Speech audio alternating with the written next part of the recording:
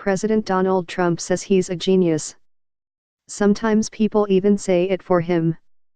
"You're an effing genius," someone wrote to him on Twitter in 2013. "IQ tests confirm," Trump replied.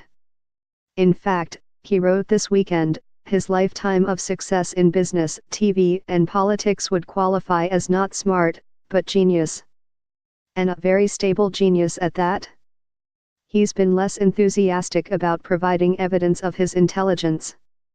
Trump has repeatedly challenged people to IQ tests, but when someone once asked him to prove his own score, he simply replied, "The highest, a-hole." The Washington Post asked the White House if it would share his IQ test results on Sunday, if there are any, but got no immediate reply. So be it, there's no law that a president has to document his intelligence.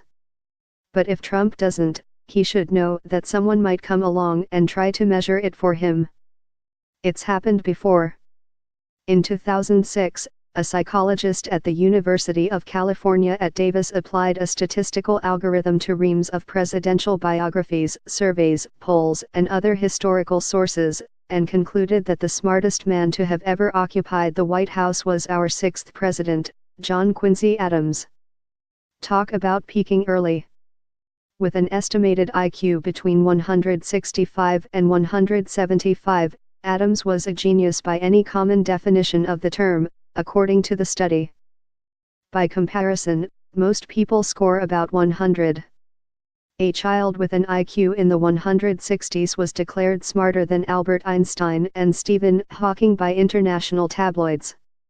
There are, of course, many asterisks beside Adams' big number. He never took an intelligence test, which Politico notes were not invented until the early 1900s, long after his death. And the definition and meaning of an IQ has evolved even since then. President Donald Trump lashed out at critics Saturday in defense of his mental fitness for office, calling himself a very stable genius in a tweet storm of boasts. First on Twitter, then at a news conference with Republican leaders at Camp David, Trump defended himself against a new book that President Donald Trump lashed out at critics Saturday in defense of his mental fitness for office, calling himself a very stable genius in a tweet storm of boasts. First on Twitter, then at a news conference with Republican leaders at Camp David, Trump defended himself against a new book that. But as psychologist Dean Keith Simonton wrote in his 2006 study, Adams was among 8 U.S. presidents declared geniuses in a 1926 study by an early intelligence researcher named Catherine Cox.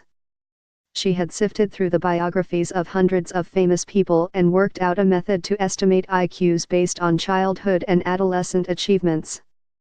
It's not hard to see how Adams would have impressed her. As the University of Virginia's Miller Center writes, he was the son of John Adams, who also bound for the White House. Young Adams considered himself his family's protector while his father was helping plan the Revolutionary War. He crossed the Atlantic at age 10, rode mules from Spain to Paris, and passed the bar exam in the new United States of America at 23.